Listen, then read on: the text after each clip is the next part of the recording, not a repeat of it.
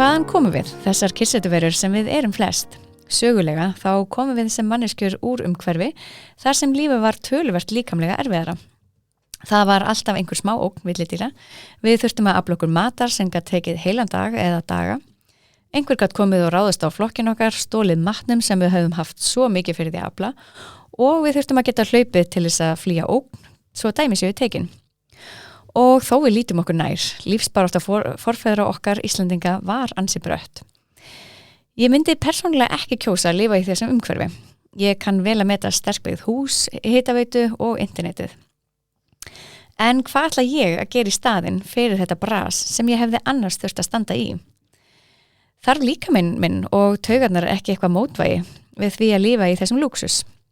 Jonathan Haidt, höfundur bókarinnar The Anxious Generation, vill meina að þetta lúksuslíf hefur aðeins ruglaði kerfinu hjá okkur. Að taugakerfi einstaklinga í okkar samfélagi sé fast í svokölluðu defend mode eða að kerfið okkar sé fast í varnarstillingu. En okkur líður betur þegar við erum í svokölluðu discover mode eða þegar kerfið okkar er stillt á forvitnisviðhorf. Rannsóknir hafa sýnt að bæði hundar og manneskjur eru hamingjusamari þegar kerfið okkar leitast við að vera í forvitnisviðhorfi. Haidt bendir á að börn búi sér oft til leiki sem feli í sér hættur. Þau þurfa svo á þessari tilfinningu að halda en í öruggu umhverfi. Fyrir mörgum árum síðan sat ég og talaði við vinkonu mína og kvartaði yfir því hvað mér leiddist mikið í vinnunum minni. Vinkonan, hún Birna Dröfn sem í dag rannsakar sköpunargleði, spurði mig: Kristín, leikur þú þér nógu mikið? Og þá mundi ég eftir því hvað ég upplifi mig lifandi þegar ég keyri snjósleða, sigli kajak eða gera eitthvað skemmtilegt út í náttúrunni með góðu fólki. Það getur verið snúið að brjóta upp vanan og stilla fókusin á að gera leik úr lífinu. Þessi þáttur er í boði Stafrænnar velferðar og joybox.is. Stafræn velferð heldur fyrirlestra fyrir öll foreldrafélög, bókasöfn, ráðstefnur og íþróttafélög þar sem foreldrar hópast saman. Farðu á stafrænvelferð.is og hafðu samband. Joybox.is er gjafavöruverslun með vandaðar fiktvörur fyrir unglinga og fullorðna. Farðu á joybox.is og skoðaðu gleðina. En við Anna Laufey erum komna með frábæran gest sem við erum svo spenntar að heyra meira frá. Það er hún Sabína Steinunn Halldórsdóttir. Sabína er með meistaragráðu í íþrótta og heilsufræðum. Hún hefur mikinn áhuga á hreyfifærni og þroska barna. Hún gaf út bókina Útivera sem er góð handbók með ýmsum hugmyndum útiveru allan ársins hring. Einnig heldur hún úti Instagram-reikningnum Færni til framtíðar sem snýst útiveru. Og nýlega gaf hún út spil sem heitir Úti er ævintýri. Velkomin Sabína. Takk fyrir. Sæl Sabína. Geturðu sagt okkur aðeins meira frá þér og kannski þessum verkefni sem þú búin að vera að gera? Já, þetta er nú orðið, eins og maður segir, Færni til framtíðar er að færast yfir á unglingsárin. Það er svo langt síðan ég byrjaði. Já. En ég útskrifast sem íþrótt-heilsufræðingur meistaragráðu 2010 og hef alla götu síðan verið að vinna með Færni til framtíðar sem er svona mitt lítið hugarfóstur eða lítið fyrirtæki, það getur sagt sem svo.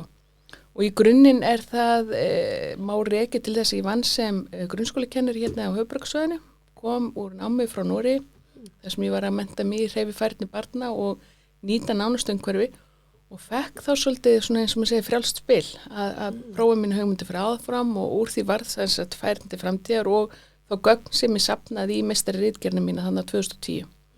Gaf þá fyrst bók út sem heitir Handbók örvun hreyfifærni barna í nánustönghverfi og svo byrjaði bara boltinn að rúlla. Ég hef haldið töluvert af námskeiðum og fyrirlesturum fyrir leik og grunnskóla, komið inn í foreldramótna í kirkjunni og fyrir Lionsklúbb og kvenfélag og hvað eina og svo einhvern veginn bara byrjar boltinn að rúlla. Ég er búin að skrifa leikjabók fyrir Menntamálastofnun, ég gerði Útiveru 2019, það eru 52 hugmyndir að sem sagt bara litlar hugmyndir, kostnaðar litlar hugmyndir. Já. Af því að ég er með svona, eins og maður segir millumerki Instagram sem heitir kostar ekki krónu, af því að mér leiðist svolítið mikið þessi kostaða afþreying alltaf hreint, það þurfa alltaf að kosta svo miklu til og svo mikill undirbúningur. Og þarna var ég raunin svara kallin, ég var búin að koma og hitta eins og maður segir skiptir hundruðum foreldrahópa og okkur vantar hugmyndir, við vitum ekki hvað við getum gert og þannig ég svaraði kallinu þá með Útiverubókinni. Vá, en æðislegt. Og svo núna nýverið þá gaf ég út spil sem heitir Úti er ævintýri, 101 verkefni í náttúrunni og það var búið að taka, líklega 3-4 ár í undirbúning og heilt ár í þróun og prófunum og slíku, þegar ég varð ánægð með það og ég ákvað að gefa út núna í sumar. Þannig að það er svona, eins og maður segir, svona, það er nú fljótt við sögu, sko. Ekki sitja öðum höndum, heyri ég. Nei, og þetta er einhvern veginn líka, því þegar maður hefur svona kannski brennandi áhuga á einhverju og maður er að sjá tækifærin á svo mörgum stöðum í staðan fyrir, og það hefur alltaf verið mitt motto, það er ekkert eins og við segja, það er ekki vandamál, það eru lausnir. Við ætlum að finna lausnir á hlutunum og vinna í þannig að þetta er eitthvað verkefni sem við ætlum að leysa og þannig kannski smita fólk með mér af því að markmið spilsins er til dæmis það að fjölga gæðastundum með börnunum okkar og það að auka hreyfingu barna og núna þegar ég er búin að þróa spilið og prófa mig áfram og ég er að nota það sjálf með mínu barni að ég er alltaf að sjá meiri og meiri möguleika. Þetta er svo fyndið, þetta er svolítið sjálfhverft sko, þetta er sjálfhverft að segja það sko, vera með sína afurð í höndunum en vera alltaf að sjá meiri möguleika á nótkunninni. Já, einmitt. Það er það sem hefur verið svolítið svona undarfarna mánuð og vikur hefur spilið átt hugminn allan. Heslið barnið þetta fæðast bara inn í þetta umhverfi. Það maður deilum það, sem segja hans er rosa heppin en aðrir kannski segja að hann fái fugl mikla út yfir en þú getur aldrei fengið of mikla sko. En ég er náttúrulega vissulega að prófa mig áfram og náttúrulega eins og gengur að gerist þegar maður kannski getur kallað sig, ég veit ekki hvort ég er frumkvöðl eða hvað, en allavega er það þannig að þegar maður er að prófa einhver hugmyndir, þú prófar kannski, þú veist, 90 hugmyndir eða 100 hugmyndir og 10 takast, skiljið, þú veist, það er bara þannig. Og það gerist ekkit af því að kannski bara tilfelli var það að við vorum meira úti eða lengur úti eða prófum eitthvað og það tókst ekki og svo ofanlegt líka það sem mér finnst stundum svona gleymast er það bara að horfa á börnin. Hvað eru þau að gera? Hvernig líður þeim og hvað eru þau að uppgöta og hvað eru þau að sjá og hvernig eru þau að taka í gegnum skinnfærin sín og upplifanir og hvernig eru þau að máta kannski þess að þau læra í skólarkerfinu eða í þannig eins og mér segir formlega námun og taka það út í óformlegt nám, hvernig eru þau að prófa þessu áfram umhverfinu sínum og sér ótrúlustu hluti eða maður staldra við. En þetta spil út er ævintýri, fyrir hvað aldur er það? Allan aldur. Er það? Já. Ég er búin að spila með 2 ára og ég er búin að spila með 8 einstakling og allt þar á milli. Þú veist, þetta er svona opinefni viður. Já, en þetta er tilvalið jólapakkan. Þessi þáttu kemur út fyrir jól. Já. Kannski ákall til kertasningis eða... Já. Eins og ég segi alltaf sko, ég vissulega er ég hlutdræg. Það breytir því ekki.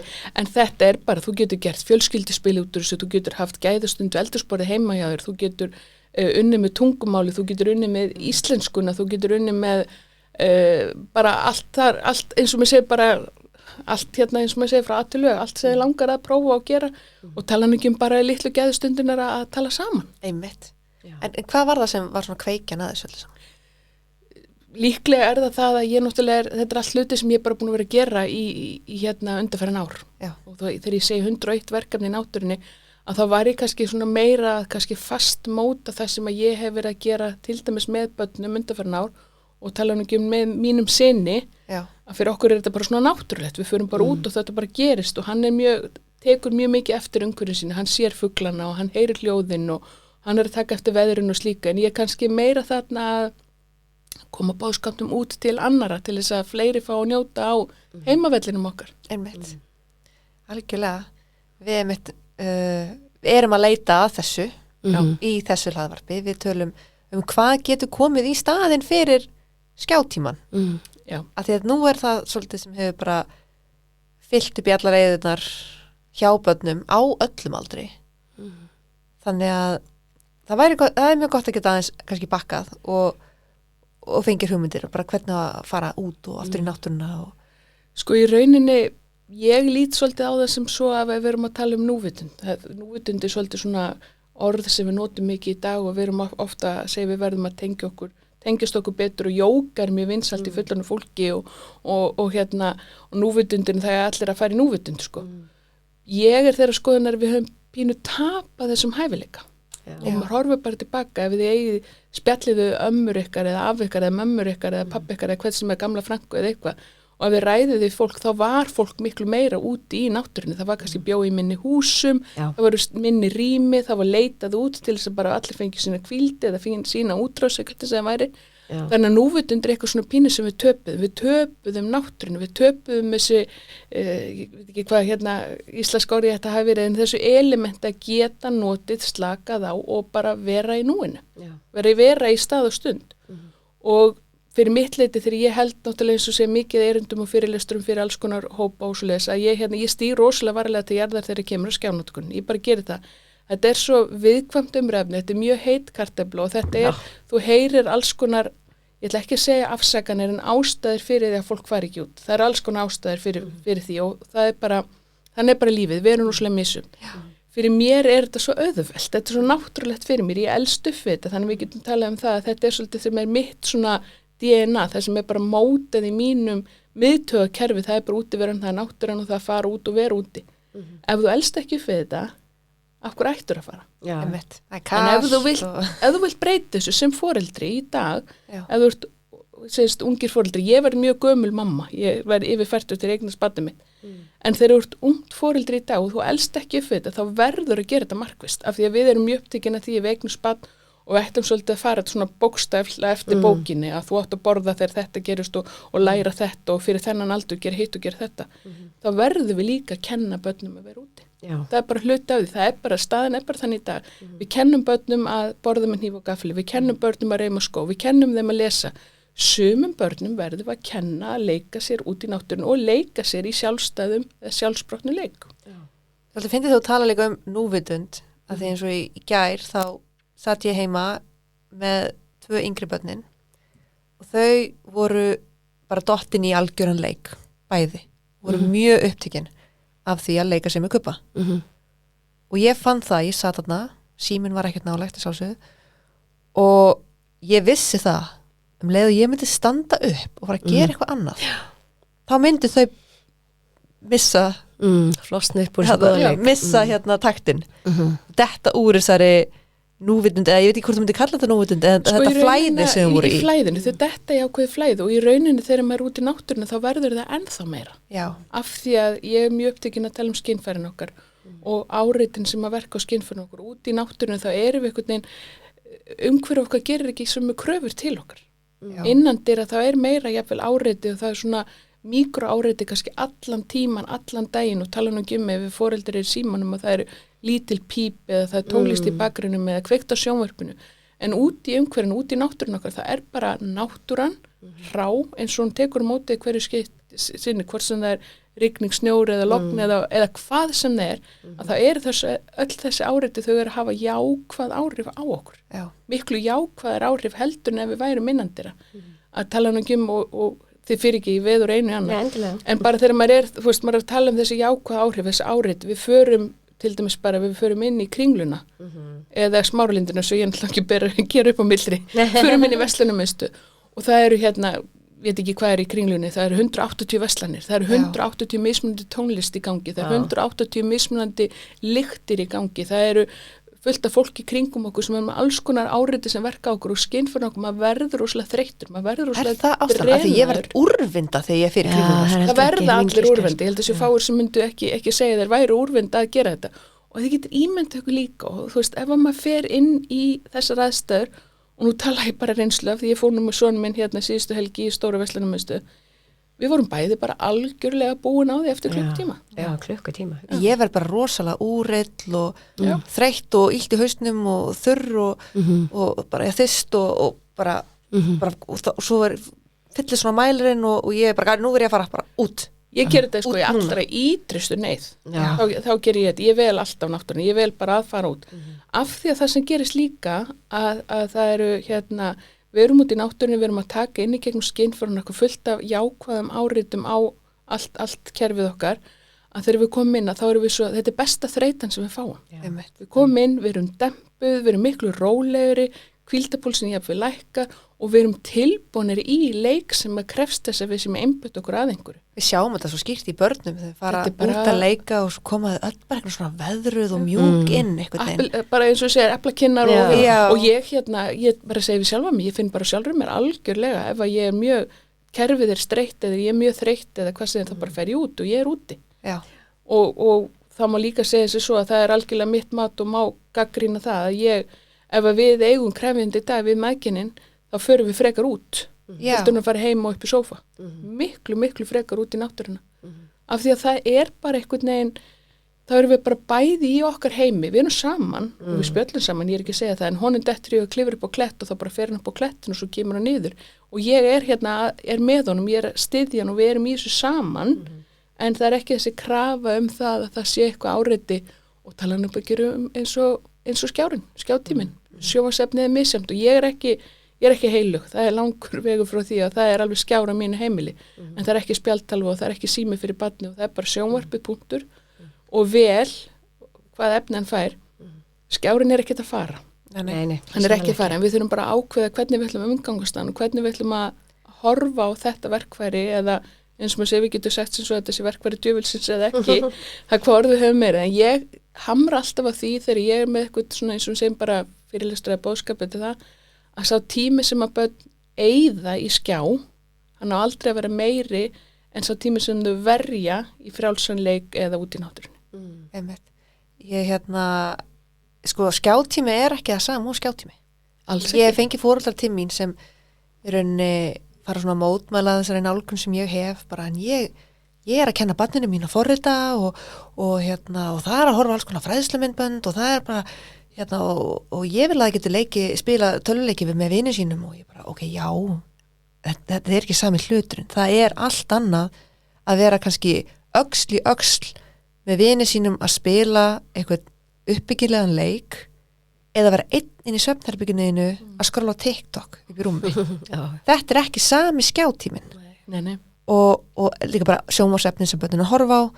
kókomallan eða blæja þetta er ekki sami skjátíminn og það er að lýsa eins og kannski bara eins og næringafræði er að matur er með mismikla næringu og er mismikið gjöruninn er misgóður fyrir okkur misgóður fyrir okkur þannig að jú, það er kannski allt í lagi að fá sér skyndibita af og til en ef þú ert að borða það í kvöldmat að hverjum einasta degi þá er bara fóðin vís til lengri tíma algjörlega en þú þarf að reyna að borða kannski eitthvað sem nærir líka með þinn sem gefur þér orku og allt sem þú þarft þess að stækka og vaksa og líða vel og það sama á við skjáina ég meina það er eitt að tala við ömmu sína sem býr í útlöndum í gegnum síman eða þú veist og það er eins og þú segir sko, það er hægt að gera fullt af skapandi flottum hlutum í þessu tæki og ég er framhaldsskólakennar í dag og ég myndi, ef ég mætti ráða ef ég var einráð, þá myndi ég vilja losna við síman út úr stofunum, bara punktur ekkert mál, ég myndi bara vilja losna við þá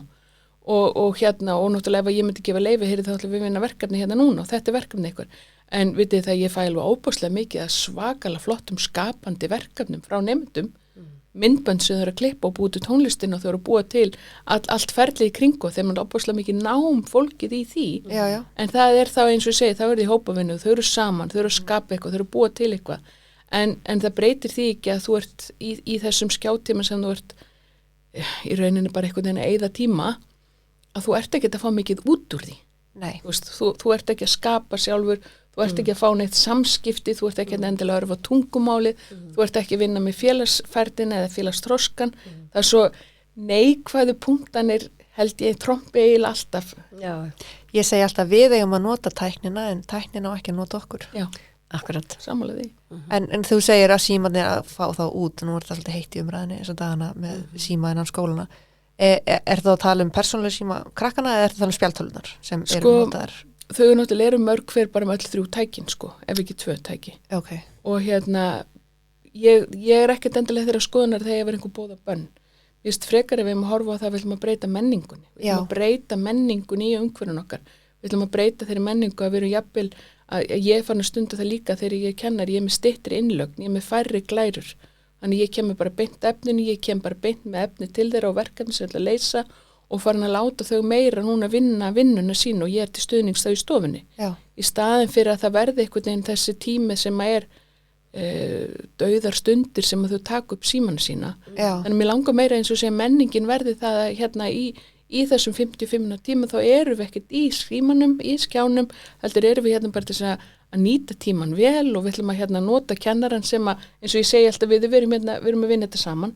þetta er samvinna, ég er ekki hérna ein í þessu ferli, við erum saman að þessu, þannig að nýtiði mig það af því að þegar þið farið heim það hafið ekki aðgengi að mér sem kennara.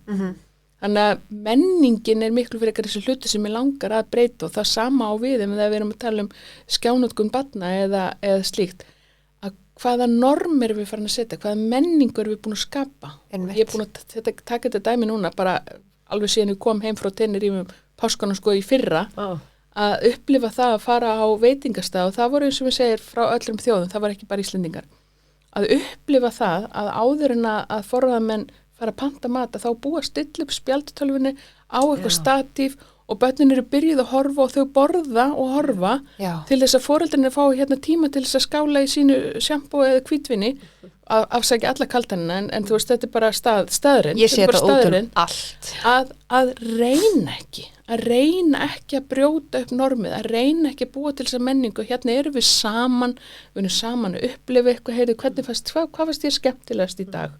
Hvernig fannst þér að vera í sundlinni? Hvernig fannst þér hitast þig í dag? Þetta er frí. Hvað langar að gera á morgun?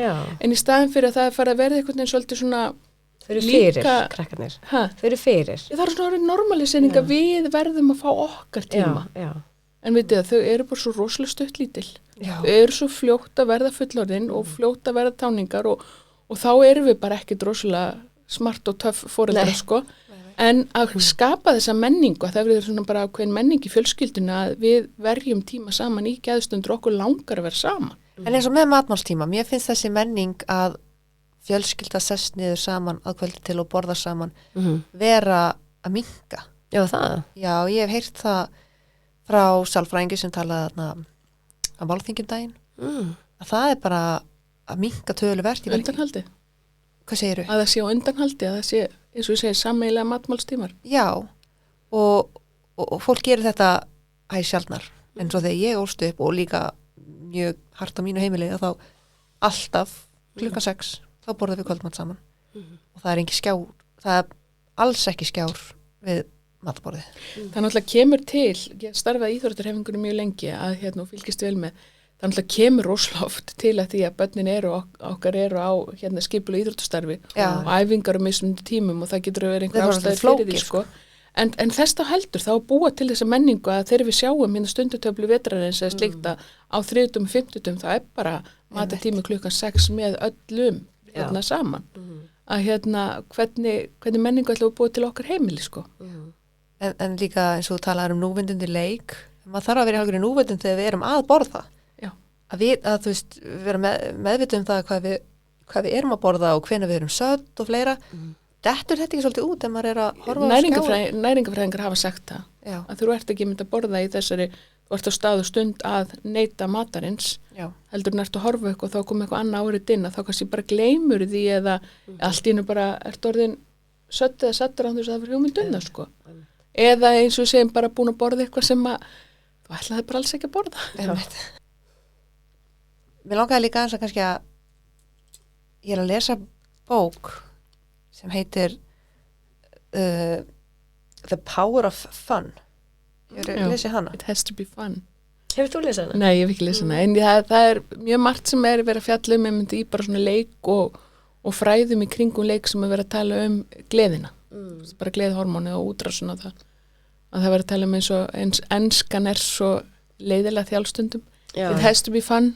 Þá erum við að læra hvað mest ef við erum að hérna, hafa gleðihormóni svolítið hérna í okkur og leikur er náttúrulega bara sjálfsbrot, leikur er rosalega stórt hugtak, það er til rosalega marga tegundra leik, við getum farið í boltaleik og tegitvistleiki og námsleiki, við getum farið í ratleiki og hópeflisleiki og bara nefna það, fullorðinsleiki og partileiki og bara eins og þessi útgáfanur leikar er endalausar.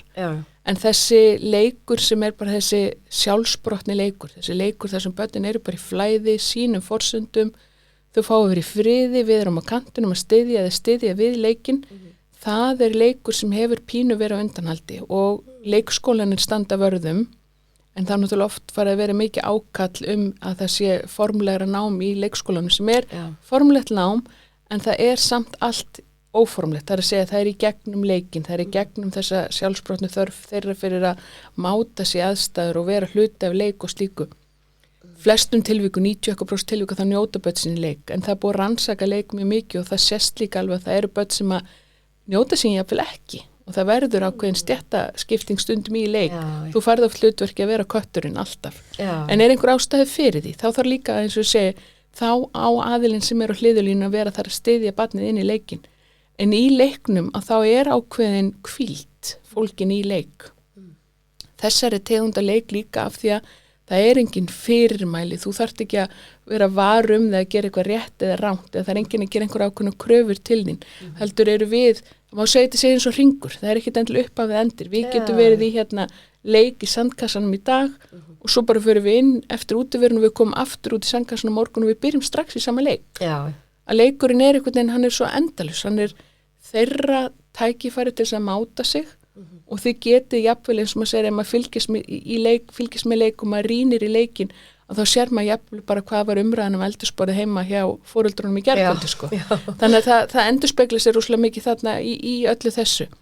En í sjálfsbrotna leiknum líka og það sem að ég veit að stórfyrirtæki eru farin að gera í auknum mæli er það að koma inn með bara svona afþreyingar herbergi þar sem að fólk er bara að fá að hvíla sig, fá að leika sér og hafa gaman og slæpast. Þú veist, akkur slæpust við ekki meira, akkur setjum við ekki bara heila búð okkar á sjálfstýringu í staðan fyrir að vera upptekin af því að taka inn upplýsingar og við erum að vinna úr upplýsingum og við erum að senda það út í kerfið okkur og við erum að máta okkur einhver aðstæðu, við erum að velja orðin okkur og passa okkur svo mikið í staðan fyrir þessu ferli að fá að vera í flæðinu og fá að slæpast að gleyma okkur, að fá að hvíla kerfin og einhvern veginn bara svona sefa kerfið og tala nú ekki að því ég er svo mikið að horfa á náttúruna, að vera út í náttúrunni, að það eru marktakt að hafa verið sýndar myndir bara af heila, hvernig virkni heilans er út í náttúrunni versus það að vera innendira. Og það er sama eins til dæmis sem á við þá bara stresshormonun okkar, bara það setjast út í náttúruna, bara næsta bekk, þú þarft ekki að byrja að fara í fjallgöngu eða hlaupa upp esjuna, bara setjast út á bekk, að það marktæk lækkun á stresshormón fyrstu 15 mínútunar við það að fara í uppgöngu, í fjallgöngu eða bara setjast út á bekk.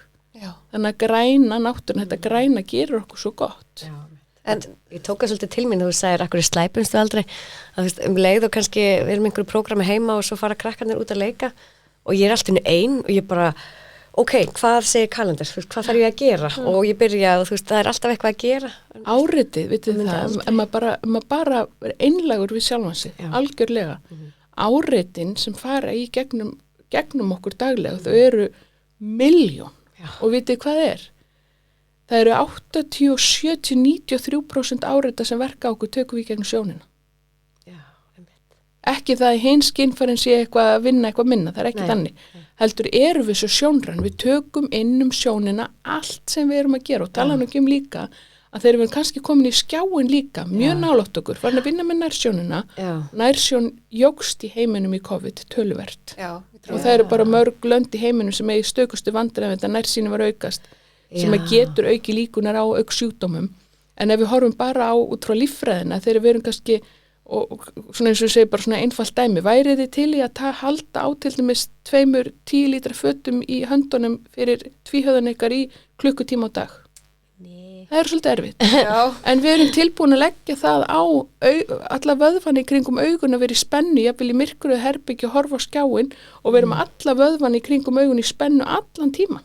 En við töluðum þetta svolítið við önnur klassin í stríðaþætti að þetta áriti. Þetta stafræna áriti og ég vil meina og ég er engin sálfræðingur eða sérfræðingur í þessu en ég hef áhuga að vita hvort það sé einhver tenging á milli stafræns áritis og kulnunar. Og þetta, við erum bara að sjá svo mikið af fólki að fara í veikindaleyfi í kulnun og líka bara streitan hjá fólki almennt hefur hækkað svo rosalega mikið. Streitan í dag er meiri áhættuvaldur fyrir þessi ótímabæru dauða heldur til dæmis reykingar. Sitting is the new smoking það er stærri áhættuvaldur. Streita er bara, hún er svo mikið eitur, hún er svo óbáslega mikið eitur að ég held einhvern veginn sem við kannski gerir sér ekki grein fyrir því einmitt þegar fyrir núr komin í þessa kulnun hvað þetta hefur neikvæð áhrif á okkur. Það er ekki bara það hafi endilega neikvæð áhrif á okkur sem fullan einstaklinga heldur hefur áhrif á umhverfið okkur líka, börnin okkar, fjölskylduna, samstarfsfólkið okkar. það hefur áhrif á alla, þannig að það er ekki bara það að mín streita sé bara mín streita, heldur hefur hún áhrif á aðra. Svo óbeina reykingar bara. Já, bara samskipti og félagsverðni og alls konar þætti. Já, algjörlega, en við finnum hérna, hvað getum við gert þá við fullorðna fólkið sem setjum við skrifborð fyrir tölvu allan daginn? Sko, það har nú alveg verið sýnt fram að það og þú þarft ekki nema kannski eina græna pottaplöntu til þess að gríni skudd, sko, þó það sé ekki, það er ekki þannig, en það er náttúrulega ekkit ástæðulausu til dæmis embætti landlæknis hefur verið að agentera fyrir því að við tökum okkur göngutúr í hádeginu en við erum svo oft, eins og segjum Íslendingar, við förum svo oft í þessu öfgar að það verða allir að fara í landvættina og allir verða að fara í gönguskíðun, allir verða að gera hitt og þetta, sko. En það þarf ekki annað en það að þú lappir hringinn í kringum húsið bara í 10 mínútur, 3-4 sinum á dag eða slíkt. Já. Þú getur tekið lítinn fund bara á göngu, sko. Já. Það er fullt af þáttu sem þetta er að gera. En þá er líka þetta að við komum alltaf aftur að þessi með menninguna. Hvernig vinnustað viljum við vinna og viljum við breyta þessari menningu, þetta verði einhver hluti af því að það sé bara viðurkennt, við förum bara í fundi í gönguferð. Það sé bara einhver sem setur þá línu í fyrirtækið og andalega minkar allt sem heitir til dæmis bara að taka lyftu og færum prentarinn lengri burt og svoleiðis, sko. fullt af hlutum hægt að gera. En sko það stendur alltaf fellið svolítið með manni sjálfum líka. Já. Hvað er ég tilbúin? Og þá snúum við aftur að því kannski sem að snýra með fjölskylduna og með börnin okkar. Ef að ég fer ekki út sjálf í gönguferðið, ef að ég er ekki mikið fyrir það að vera út í náttúrunni, af hverju ætti barnið mitt 4 ára gamalt að taka upp að því bara sjálfkrafa að fara bara út, heyrðu, mamma, ég ætla bara að fara út núna. Það er ekki nema af því að við erum búin að nurture þetta, nature and nurture, við fæðumst með ákveðin DNA og svo erum við að búa til ómótaða leirin okkar, börnin okkar, hvernig veganesti við ætlum að færa þeim út í lífið, að það sé hluti og ég, eins og segin, minn litli maður að hann segir reglulega við mig, mamma, má bjóða þér í gönguferð og hann er 5 ára og það gerist ekki af því bara, það gerist af því ég er búin að tala alltaf náttúrun upp og tala hvað það gerir okkur gott og ég er búin að passa mig líka á því að tala veður aldrei niður, veður er hugafar. Akkurat. Þannig að þegar hann er að bjóða mér í gönguferð þá hugsa ég bara, yes, nú tókst mér eitthvað. Já. En ég á alveg fullt af kunningjum og fólki kringum mig sem að bara, eins og við segjum, það er bara -3 gráður og smá vindur og þá er bara vont veður, sko. Já. Þá væri nú alltaf vont veður á Íslandi. Já, það sé alltaf vont veður á Íslandi. Sko, Norðurlandabúar aðrir hafa nú gert grína okkur að við eigum fallegustu og litskruðustu útivistu föt í heiminn, við notum þau bara ekki neitt, sko. En þannig að norskan líka tala um það að það er eitt sem er vont veður, það er bara ekki rétt að klæðna þér, sko. Já. Klæða okkur eftir veðri. En nú er ég ekki barn, ég er fullorðin og mér langar, ég vil leika með meira. Já. Hvað get ég gert til að leika með meira? Leika með börnunum. Já. Það er eitt hlutað líka og svo hugsa maður, sko, hvað er leikur? Að það er hægt að búa til leikur öll. Það er hægt að búa til litla rallleiki, það er hægt að búa til litla og tala nú ekki um teknina líka. Ég hef stundum bara fyrir jólin búið til leik og sett inn á mína samfélagsmiðla að fara í sjálfu leik, hreinlega. Að ná selfie með fjölskyldinu með svona jólaserju eða svona greinitri eða með allir með jólasunahúur og það er að búa til leikur öllu. Ég náttúrulega er þeirra heiðursáðnjótund að vera mjög hugmyndarík þegar kemur að því en það þarf ekkert tilkostnað, það þarf ekki að vera flókið. Það þarf bara að sjá tækifærin í öllu sem er í kringum okkur, það getur verið bara að fara út og veiða stafi. Já. Við ætlum að fara út og veiða eins mörg B og við sjáum umhverfin okkar. Og við ætlum að fara heim þegar við erum komið 10 B. En eitthvað svona fullorðinsleikur, er það eitthvað sem er ekki til? Það er náttúrulega vinnustæðir í dag, náttúrulega bara leggja mikið upp úr því að hafa hópefli. Já. Alls konar leiki þar sem er farið í hvort sem það eru þessir partileikir eða skipti lið og hópefli snýst líka bara um það að fá betri vinnustæða menningu og náttúrulega við erum með fyrirtæki í dag sem eru að sérhafa í þessu. Já, ég starfaði mitt við það í mínu aðalstarfi hjá Midgard Adventure, svona skemmtiferðir fyrir fullari fólk. Já, það. Það þarf ekki að heldur að kosta krónu, sko. En eitthvað svona rólegt eins og að púsla. Er það talið vera leikur? Það er ein útgáfa af leik. Já. Er það þegar þú ert með afþreyingu bara við borð, en það er náttúrulega kannski annars eðlis, en leikur er bara afbrigði sem er ekki full rannsakað eins og sko. Það er bara alls konar tegundir af leiknum sem að krossgátur eru leikir vissulega og náttúrulega þegar við erum komin í þannig leikja þá erum við kannski með ekki endilega þetta að við fáum aukin hjartaafköst, það er ekki alltaf þess að það er til, þannig að leikur er alls konar. Já. Ég er að reyna bara að finna fyrir sjálf á mig, sko. Já. Þannig að þetta er bara svona persónlegt. Og svo bara mismandi leikir sem hafðu var til okkar. Já. Það er bara þannig og ég finn mig sjálf á mig til dæmis, ég get eiginlega ekki púslað, sko. Nei, ég elska púsla. Já, það er fegurðin í því að við erum svo ólík. Það er svona að vera að spyrja, er ég að leika mér ef ég er að púsla? Þú ert vissulega, ertu líka í þessari bara, að slæpast. Já, slæpast. Já, að leifa sér að slæpast. Já. Og þegar ég segja ofta fólk líka, þegar maður er bara svona einhvern veginn drekk hlaðin af verkefnum og maður einhvern veginn sér ekki út um augun á sig, þarf að klára að gera svo óbúslega margt fyrir einhvern ákveðin tíma og ég finn ekki lausnin á því og prófa að fara í göngutúr. Já. Og þá allt í nú bara svona, akkur varum ekki búið að detta þetta í hug. Sko, ég vinn við forritun, ég get ekki talið hversu oft ég hef lent í nákvæmlega þessu. Já. Þar sem maður er bara búin að ofhugsa hlutina og það virkar bara ekki neitt og maður getur ekki fundið út úr þessu og maður er bara komin allt og nálægt skjánum og verkefninu og maður þarf einhvern veginn að bakka. Maður fer út í göngutúr eða sum fyrirtæki eru með svona fúsból og maður spila eitt svoleiðisleik sem ég finnst mjög skemmtilegt, það er að leika sér. Býstu við? Já, og þú veist, og þetta er bara einhvern veginn, ef þið hafið bara verið að vinnustöða, það er einhvern veginn þegar á að gera eitthvað svona gaman, þegar á að vera eitthvað gaman, þá er farið í hópefli. Og það er bara pjúra leikur, það er bara að leyfa fólki að bara finna barnið sjálfum sér og þið sjáðu ótrúlega að fólk farið bara í keppnisham og það ætla bara ekki að tapa, en á sama tíma þá líka einhvern veginn kynnist maður fólki einhvern veginn öðru forsöndum að sér bara, heyrðu, hún er bara svona og hann er bara þetta og ég bara lærði nýtt einhvern einstakling og þá líka bara gerir það verkum að það verður bara skemmtilegur andrúmsloft. Já, og svo kemur maður tilbaka, sest aftur þessar saman tölvuna og verkefni leysist á 5 mínútum. Og nákvæmlega. Og ég stundaði það nú í mörg ár í minni fyrri vinnu, ég fór erlendis að ráðstöfnir alveg hægri vinstri og maður fekk alltaf mest út úr ráðstöfninu þegar það var svona ekki dagskrárliðir, kaffetímunum og matatímunum þegar voru einhverju leikur í gangi og spjall og allt þetta óformlega. Óformlegt nám snýst rosalega mikið líka leik. Að læra í gegnum leikin, að maður er að fá einhver hugmyndir, maður er að prófa þessu áfram og þegar kemur hópur einstaklingu saman, 4 eða 5 einstaklingar með mismunandi styrkleika, þá verður bara til einhver fegurð út úr því og verður til einhver afurð sem er bara stórkostlegt. Og þetta hef ég bara séð til dæmis bara núna með mínum framhaldsskólanemum líka bara hvað styrkleikar eru, það væri ekkert gaman að vinna í hópavinna að allir væri með sömu styrkleikan, þú veist, það væri bara áreikstar hægri vinstri en að læra að bakka og gefa boltan til einhvers annað sem tekur verkefni lengur og býr til einhver afurð úr því sem að verður síðan bara einhverju töfrar. Einmitt. En já, eitthvað fleira sem þú vilt kannski ræða?